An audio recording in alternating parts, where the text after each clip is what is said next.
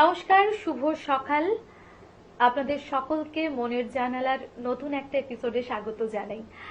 দেখতে দেখতে অনেকটা সময় আপনাদের সঙ্গে পার করলাম, আর প্রত্যেকটা সকাল আপনাদের সঙ্গে হোক, যেমন এটা আমি কামনা করি। আমাদের স্টুডিওতে আমরা প্রতিদিন নতুন বন্ধুদের পাই, নতুন শিল্পীদের পাই, তারা আমাদের সমৃদ্ধ করে প্রত্যেকটা মুহূর্তে। আজকে স্টুডিওতে যাকে পেয়েছি তার সঙ্গেও আপনাদের সকলের আলাপ করিয়ে দিই। আমাদের সঙ্গে আছেন গুরুপ্রসন্ন বাবু, গুরুপ্রসন্ন রায়। নমস্কার। নমস্কার। কেমন আছেন বলুন? খুব ভালো। শীতের একেবারে শেষ, যদিও কিন্তু শীত থাবা বসিয়েছে, শীত বলছে যাবে না, কিন্তু প্রত্যেকটা সময়ের একটা নিশ্চিত একটা রূপ থাকে যে শীত যাবে, বসন্ত আসবে। ঋতু বৈচিত্র্য তো এমনই। হ্যাঁ, ঋতু বৈচিত্র্য না থাকলে এই পৃথিবী এত সুন্দর লাগতো না। এই কথার প্রসঙ্গ ধরে যেটা আমার ভীষণভাবে মনে হয়, আমাদের জীবনের পরিবর্তনটাও কিন্তু ভীষণভাবে জরুরি। আমাদের প্রত্যেকের জীবনে কর্মব্যস্ততা আছে, দৈনন্দিন জীবনের প্রমুখ তাড়না আছে, কিন্তু জীবনের গতি তখনই সেই গতি নিয়ে চলতে পারে যদি জীবনে বৈচিত্র্য থাকে। কবিতা, গল্প, নাটক, গান, নৃত্য প্রত্যেকটাই আমাদের জীবনের অংশ, বিনোদনের অংশ। দাদার থেকে কিছু কবিতা আজকে শুনবো, তাই তো? হ্যাঁ, অবশ্যই শোনাই। সময় এমন একটা সময়, প্রত্যেকটা সময়ে কিন্তু এক এক ধরনের রচনা আমাদের ভীষণভাবে সমৃদ্ধ করেছে। পুরনো লেখকরা বিভিন্ন ধরনের কবিতা, গল্প, উপন্যাস লিখে গেছেন। এখন যারা নতুন লিখছেন তারাও তাদের মতন করে লিখছেন। আমাদের যে প্রজন্ম, আমরা মুখিয়ে থাকি যে নতুন কি পাবো, সেরকম কিছু আছে?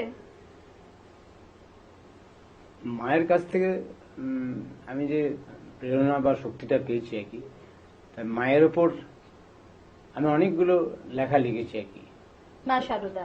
হ্যাঁ, নিজের গর্ভধারিণী মাকে আর কি। নিজের গর্ভধারিণী মা। আমার মা একদম নিরক্ষর ছিলেন, কিন্তু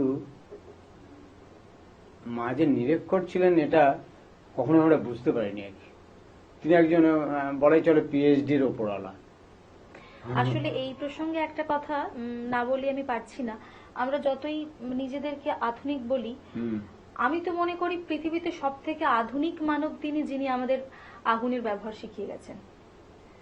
আমরা যা কিছু আজকে করছি সবকিছু কিন্তু বিবর্তিত হয়েছে, কিন্তু আদিমতার যে উৎস ছিল, সেই উৎস থেকে যে মানুষটা আমাদের একটা নতুন সভ্যতাকে চিনিয়েছে বা একটা নতুন সভ্যতা উন্মোচিত হয়েছে আমাদের সামনে, সেটা কিন্তু সেই আদিম মানবী।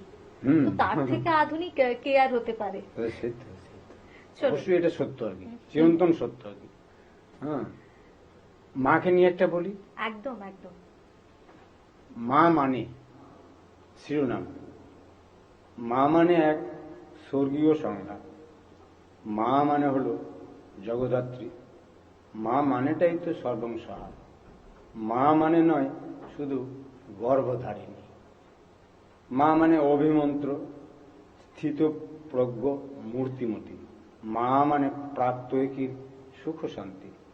মা মানে এক দীপান্বিতা প্রজ্ঞাবতী, ছন্দে গন্ধে ঈশ্বরের এক ব্যতিক্রমী সৃষ্টি। মা মানে হলো অনন্ত আকাশ, ঝড় বৃষ্টি কান্না হাসির চিত্রলেখা।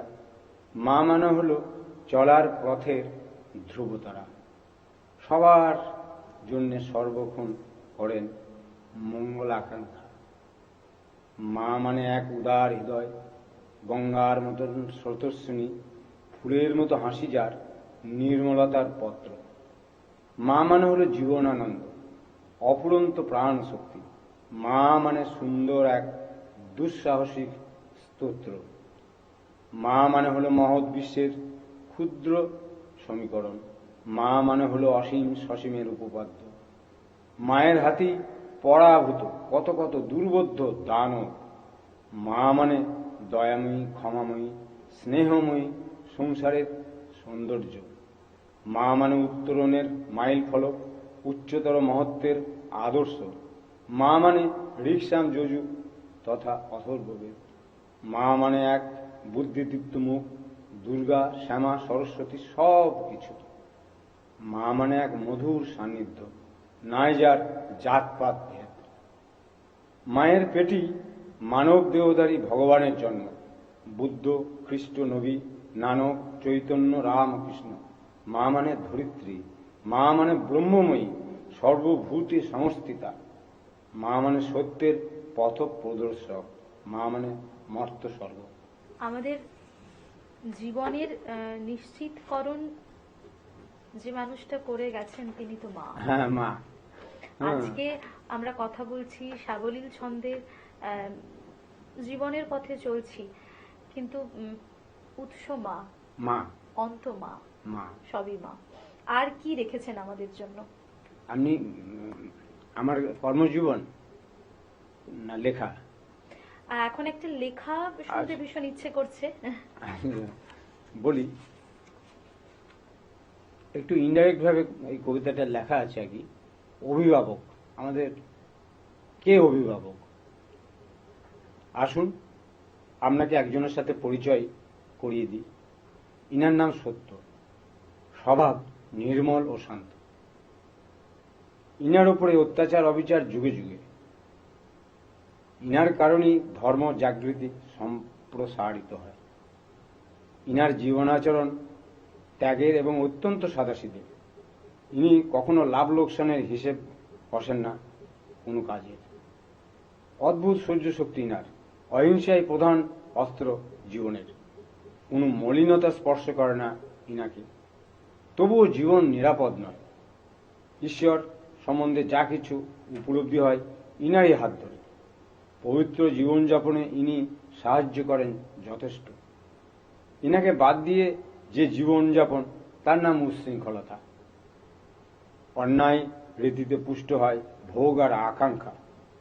যার সাথে ইনি থাকেন তিনি তো চরিত্রবান, উদার চিত্ত, মুক্ত হৃদয়। ইনি দিব্যালোকের ন্যায় স্পষ্ট, ত্যাগ শক্তিতে অনন্য। মিথ্যারা ইনাকে যতই ক্লান্ত করার চেষ্টা করুক, অদ্ভুত সহ্য শক্তি। মিশুকে স্বভাব, সহজ জীবনযাপন ইনার মজ্জাগত। ইনাকে নিয়ে যুক্তি তর্ক খামোকা সময়ের অপচয়। ঠিকঠাক ইনার শুশ্রূষা নিলে বেড়ে যায় আত্মশক্তি। ইনাকে ছাড়া শরীর মন পাপগ্রস্ত হয়ে পড়ে। ইনি সংযম মার্গের এক অসাধারণ রূপ, পরম তত্ত্ব। কোনো ধর্মপুস্তক নয়, আত্মবিকাশের জন্য একমাত্র ইনিই নির্ভরশীল। ইনিই মনুষ্য জীবনের আদর্শ, একমাত্র অভিভাবক। আমাদের প্রত্যেকটা মানুষের মধ্যে ঈশ্বর আছেন এবং শয়তানও বাস করেন। সত্যই তো ঈশ্বর, সত্যই তো ব্রহ্ম। একদম। হ্যাঁ, ওম। কে তিনি? হ্যাঁ, তো একটা গোটা জীবন আপনি সাধনা করলেন সমাজে পরিবর্তন, সমাজের সেবা। সেই অনুপ্রেরণা কে জুগিয়েছিলেন বা কখন মনে হলো? আমি ছোট থেকেই একটু বাউন্ডেল, তাই বলে বেপরোয়া উশৃঙ্খল নই আর কি। হ্যাঁ, মা বলতেন স্মার্টনেস, মানে বোঝাতে চাইতেন নাকি। স্মার্টনেস মানে পোশাকে আশাকে বড় বড় বুড়ি নয় আর কি। মা, আমার বাবা ছিলেন স্কুল শিক্ষক আর কি, প্রাইমারি স্কুল শিক্ষক আর কি। তো তার একটা লেখনের শক্তি ছিল আর কি। হ্যাঁ, বাবার। মায়ের কাছ থেকে আমি ধৈর্য, সহ্য, হ্যাঁ, সহনশীলতা এগুলো পেয়েছি আর কি। গায়ের রংটাও পেয়েছি। আর বাবার কাছ থেকে পেয়েছি এই লেখার শক্তিটা। হ্যাঁ, তো ওই যে বললাম, মা বলতেন স্মার্টনেস মানে আলাদা জিনিস। হ্যাঁ, কর্মজীবনে নিজেকে প্রমাণ করতে হবে আর কি। কি কর্ম? তবে নিজের সমাজ, সমাজের পরিবর্তন, গতানুগতিক চিন্তাকে পরিবর্তন করা, সময়ের কিছুটা আগে গিয়ে ভাবা, আসলে ভাবনাটা কখন শুরু হলো? সেই ভাবনাটা শুরু হলো, আমি বরাবরই প্রাইভেট টিউটর আর কি। তো গ্রামও তো আমি যেখানে আমার মায়ের গর্ভ থেকে আমি ভূমিষ্ঠ হয়েছি, সেটাও আমার মা জন্মভূমি আর কি। বেকার জীবনটাই আর কি, প্রাইভেট টিউশনি করি আর কি। বাড়িতে ছাত্রছাত্রীরা আসে, তা একদিন বলছে, মাস্টারমশাই গ্রামে এত কাদা, এই কাদা কি কোনোদিন ঘুষবে না? ওটা আমাকে প্রেরণা আর কি। হ্যাঁ, আমি দিলাম ওই ছোট ছোট বাচ্চাদের মনের মধ্যে, হ্যাঁ, একটা, সাহস। হ্যাঁ, আমরা তখন কিন্তু ওই 100 দিনের কাজ, অর্থাৎ মহাত্মা গান্ধী নারেগার আসেনি আর কি, আজ থেকে 26 বছর আগে আর কি। তা গ্রামে 2 কিলোমিটার রাস্তা আমি আমার ছাত্রছাত্রীদের নিয়ে শুরু করে দিলাম আর কি। হ্যাঁ, 25-30 জন ছাত্রছাত্রী, কোদাল ফাওড়া, গাড়ি, মোষ ইত্যাদি নিয়ে, গরু গাড়ি নিয়ে শুরু করে দিলাম। হ্যাঁ, প্রত্যেকটা রাস্তায় ছিল 1 কোমর, হ্যাঁ, কাদা আর কি। দূর থেকে মাটি আনি আর ওই গাছের মোটা মোটা ডাল দিয়ে ওইসব রাস্তায় ফেলে দিই আর তার উপর মাটি করি আর কি। এই করতে করতে একটা আবেগে চলে এলো গোটা গ্রামের লোক আর কি।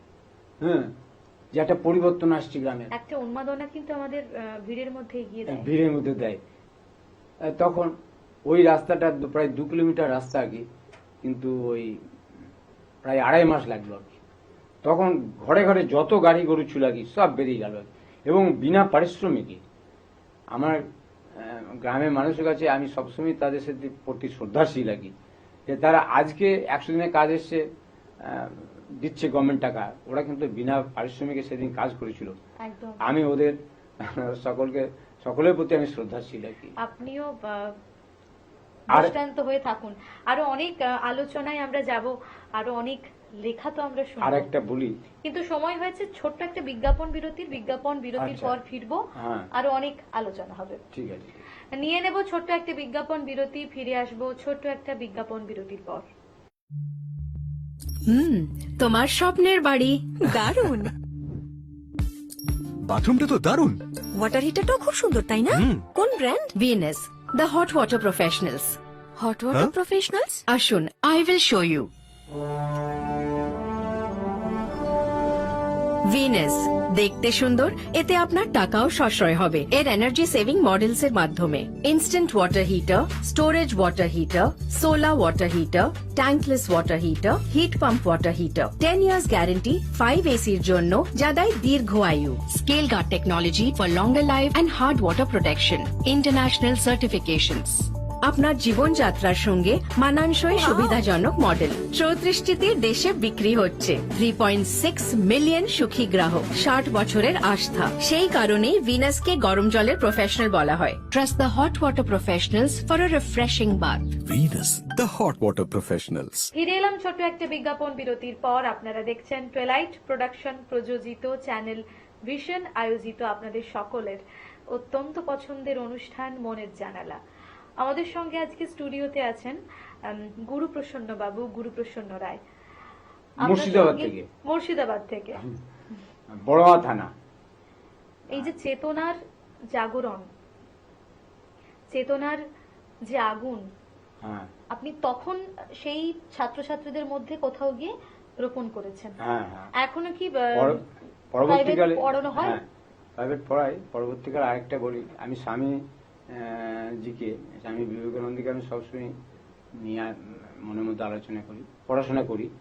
হ্যাঁ, আমি গান্ধীজিকেও খুব গান্ধীজির প্রতিও শ্রদ্ধাশীল, রবীন্দ্রনাথ ঠাকুরের প্রতিও শ্রদ্ধাশীল, সব মহাপুরুষের প্রতি শ্রদ্ধাশীল। কিন্তু বিবেকানন্দ আমার জীবনে একটা বিরাট শক্তি দিয়েছে। একদম। হ্যাঁ, আমি দেখলাম যে স্বামীজি যদি দেশ বিদেশে তিনি ভিক্ষা করে এনে যদি বেলুন মঠ বানাতে পারেন, আমি একটা সাধারণ মানুষ, হ্যাঁ, তিনি একটা যুগ পুরুষ আর কি, তাই তো। তিনি ওটা পারছেন, তা আমি একটা সাধারণ মানুষ, হ্যাঁ, আমিও পারবো। তাই তো। আমরা গ্রামে একটি বোধ যখন বিকাশিত হয় আমাদের মধ্যে, বোধ আর বোধি, বোধ আর বোধি, হ্যাঁ। একদম। আসলে বিচার আর নির্ণয় কিন্তু আমাদের নিজের, হ্যাঁ, হ্যাঁ, আর এই বোধটা কখন আমাদের মধ্যে জাগরুক হয়ে আমাদের মধ্য থেকে ছড়িয়ে পড়ে সেটা আমরা নিজেরাও কিন্তু বুঝতে পারি না না, ওটা একটা অনুপ্রেরণা, বোধের ভীষণ উপর দরকার। থেকে একটা অনুপ্রেরণা আসে, একটা শক্তি আসে। তিনি ওটা কাকে দেবেন আর কি শক্তিটা, সেটা কেউ জানে না কি। স্বামীজির জন্মদিন আমরা পেরিয়ে এলাম, হুম, কিন্তু একটা মানুষ ভাবা যায় এতগুলো বছর আগে হুম, যিনি বিশ্ববাসীর কাছে শুধুমাত্র ভালোবাসার ধর্ম প্রচার হ্যাঁ, করেছেন, ভালোবাসার ধর্ম, যে কোনো ধর্ম নেই, সর্বধর্মের সমন্বয়, শুধুমাত্র ভালোবাসাই ধর্ম। হুম। এবং সেই সময় দাঁড়িয়ে তিনি বলেছেন যে গীতা পাঠের থেকে ফুটবল খেলা ভালো। অবশ্যই। আবার তিনি বলছেন যে ভারত যখন পরাধীন তখন তিনি বলছেন যে আগামী 50 বছর সমস্ত অকেজ দেবতাকে ভুলে যাও, শুধুমাত্র আমাদের আরাধ্য দেবতা ভারতবর্ষ। ভারতবর্ষ। তো সেই মানুষটার চেতনা, তার বোধ হুম। আমাদের কোথাও গিয়ে ভীষণ সামান্যতম হলেও একটু প্রভাবিত হই আমরা। হুম। আমরা তো মহামানব বা মহামানবী নই, না। কিন্তু তার আদর্শ আমাদের প্রত্যেকের জীবনের কোথাও না কোথাও বোধ করি ছুঁয়ে আছে। একদিন একটা গল্পের মতন হলেও খুব সত্যি আর কি। একদিন আমি স্বপ্ন দেখছি আর কি, জটাজুটুধারী একজন আর কি, শিশু আর কি, যেন ওই যেখানটায় আমি একটা মঠ তৈরি করছি আর কি, ওইখানটাতেই দেখছি আমি আর কি। হ্যাঁ, কিন্তু সেটা একটা আমাজনের জঙ্গল বলে চলে, আমাজনের জঙ্গল আর কি। তো পরের দিনই সন্ধ্যেবেলায় একদল মানুষ আমার বাড়িতে চলে এলো আর কি, গ্রামের যারা নিম্নবর্গের মানুষ, যাদেরকে চিরকাল অবহেলা অবজ্ঞা করা হয়েছে। প্রত্যেকটা মানুষের সমান, হ্যাঁ। কিন্তু একটা সময় সমাজ কিন্তু ভীষণ ভাবে বর্ণ হ্যাঁ। জাতিভেদ করেছিলেন। হ্যাঁ, তো ওরা আমাকে, আমার সব থেকে বড় জীবনে পাওনা হচ্ছে যে স্কুল শিক্ষক না হওয়া সত্ত্বেও ওই এলাকার মানুষ আমাকে কিন্তু সবাই মাস্টারমশাই বলে নাকি, কিন্তু আমি তো স্কুল শিক্ষক নই। আমার নানা রকম কাজকর্ম দেখে ওরা মাস্টারমশাই নাম দিয়েছে। আমি চেষ্টা করছি ওই নামটার যথাযথ সম্মান, মানে আমৃত্যু আর কি, রেখে দেওয়ার আর কি। তো ওই লোকগুলো এলো আমার বাড়িতে, প্রায় জোনা 40 যে মাস্টারমশাই ওইখানে একটা মঠ করলে হয় না, জঙ্গলে আপনি মঠ করেছেন? হচ্ছে আর কি, মঠ আচ্ছা, হচ্ছে আর কি। মানে আমি করোনার আগে শুরু করেছিলাম। আমি ওই যে বললাম, বিবেকানন্দ যদি পারেন যুগ পুরুষ, হ্যাঁ, আমার একটা বিরাট শক্তি, আমি পারবো, একদম। আমি পারবো। ওই যে আমার মা বলেছিলেন স্মার্টনেস কাকে বলে, তুমি যে স্মার্ট আর কি, সেটা তোমার কাজে কর্মে দেখাবো আর কি। তো করোনার আগে শুরু করে দিলাম ভিক্ষা, মানুষের বিভিন্ন গ্রামে আমি 7-8টা ডিস্ট্রিক্ট মানুষের কাছে পৌঁছিয়েছি আর কি। দিয়ে ওই মঠ 36 ফুট হাইট। হ্যাঁ, হচ্ছে, এখনো হচ্ছে। এই যে আপনি বললেন যে এরকম একটা আশ্চর্য ঘটনা, রাতে আপনি স্বপ্ন হ্যাঁ। দেখছেন যে জটা একটা শিশু, একটা শিশু, 5-6 বছরের শিশু। আসলে এটা না আমাদের, আমরা যেটা ভাবনা চিন্তা করি হ্যাঁ। সেটাই কিন্তু স্বপ্নে আমরা দেখি। হ্যাঁ। এর মধ্যে অলৌকিক কিছু নেই, না, অলৌকিক কিছু আমাদের নেই। মনের একটা অংশ, একটা অংশ। হ্যাঁ। আমাদের ভেতরে তো শিশু সুলভ অনেক কিছুই আছে। এই তো শিশুগুলো ভাবটা শ্রীরামকৃষ্ণ ঠাকুর, যে কোনো মহান ব্যক্তি আর কি, তাদের অন্তরটা শিশু সুলভ হতে হয়, তবে সামনের দিকে যেখানে যুক্তি, হ্যাঁ। যেখানে সমস্ত যুক্তি শেষ, হ্যাঁ, সেখানেও কিন্তু কোনো না কোনো একটা কারণ হ্যাঁ, আমাদের ভীষণ ভাবে নাড়া দেয়। কেন, হ্যাঁ, কি জন্য, হ্যাঁ, তার উত্তর আমরা পাই না, উত্তর পাই কিন্তু না। কিছু তো আছে, আছে, অবশ্যই আছে। ঈশ্বর আমাদের মধ্যে বিরাজ, ভগবানে বিশ্বাস রাখো। আবার আমরা একটা অনন্ত শক্তিকে পুজো করি। হ্যাঁ, তিনি সাকার হোক আর নিরাকারী হন আর কি, তিনি তো ভগবান। হ্যাঁ, তিনি অনন্ত শক্তি রাজা, পরম ব্রহ্ম আর কিছু শুনতে চাই। আচ্ছা, কিছু বার্তা দেব? একদম একদম। আচ্ছা, দি আমার এরকম 2500 বার্তা আছে আর কি, যেটা আপনি মনে করেছেন যে মনে না বিভিন্ন পত্রপত্রিকায় ওগুলো বেরও হয়েছে আর কি। আচ্ছা। হ্যাঁ, এবং সেই ইয়ে থেকে দিচ্ছি আর কি।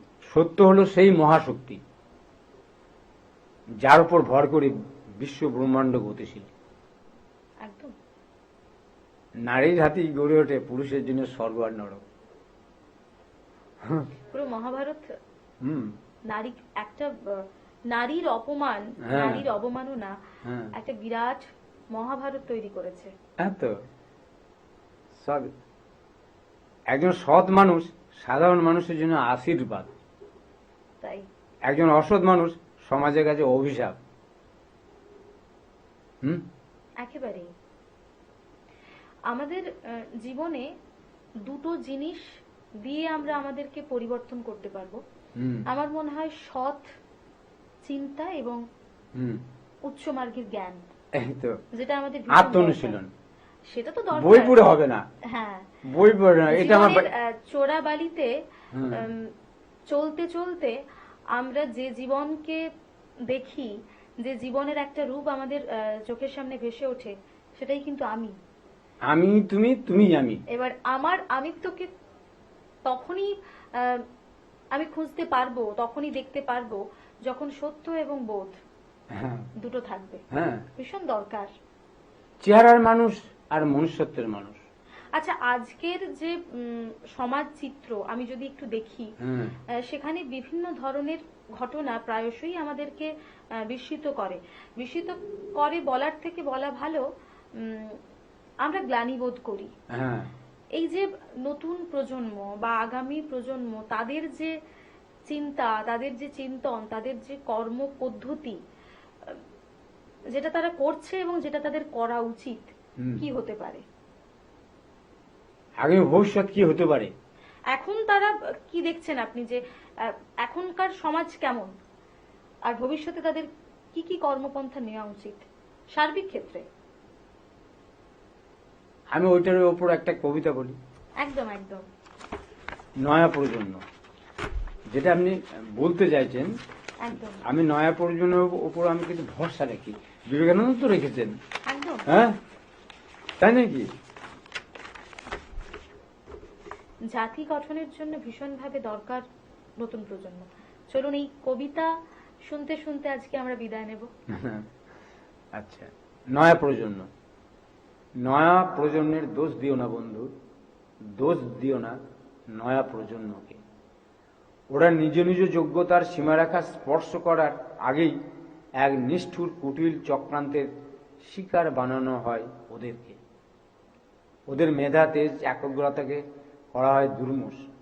হোয়াটসঅ্যাপ, ফেসবুক, নেটে ওদের মনকে করে তোলায় উদ্ভ্রান্ত, অস্থির, অশান্ত, তৃপ্তিহীন। সংস্কৃতি ওদের চোখে আজ মূর্তিমান বিভীষিকায়। তীব্র তীক্ষ্ণ আক্রমণে ওদের জীবনকে করে দেয় ক্ষতবিক্ষত।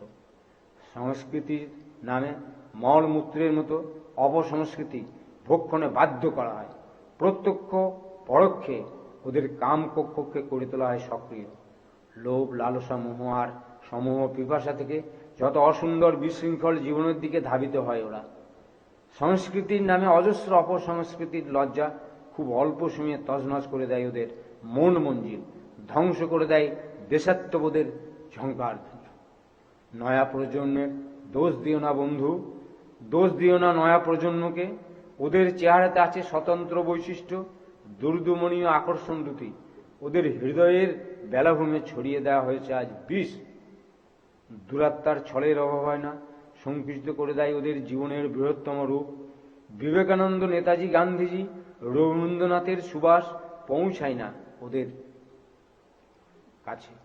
ওদের অথচ ওরাই তো সেদিন, তোমরা আমাকে রক্ত দাও, আমি তোমাদের স্বাধীনতা দেব, নেতাজির সেই দীপ্ত আহ্বানে দিয়েছিল সাড়া ওরা।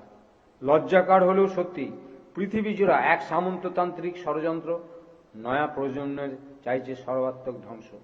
অপসংস্কৃতির চক্রবিয়ে ধ্বংস না করে ছাড়বে না ওরা। নয়া প্রজন্মের দোষ দিও না বন্ধু, দোষ দিও না নয়া প্রজন্মকে। ওরা ঈশ্বরকে সত্যি সত্যি ভালোবাসে। কোথায় কোথায় সেই শুভাশুভ বোধ সম্পন্ন মানুষেরা, যারা ওদের হৃদয়ের দ্বার খুলে দেবে, মাধুর্যকে নিয়ে আসবে বাইরে। ওরা গড়বে নতুন ভারত, ভারত আবার জগৎ সবাই শ্রেষ্ঠ আসন লবে। সত্যি সবাই ভালো থাকুক, শ্রেষ্ঠত্ব তার দাবি নিয়েই জিতবে। একটা বই দেখতে পাচ্ছি, বাংলার মুখ, ভীষণ সুন্দর একটা বই, এবং এই বইটিতে আপনার লেখা কবিতা আমরা পড়তে পারবো, তাই তো? অবশ্যই। ভীষণ সুন্দর, বাংলার মুখ। বাংলায় চেতনা ভীষণ দরকার। হ্যাঁ, বাংলা এগিয়ে যাক, বিশ্বের দেশ দরবারে এগিয়ে যাক।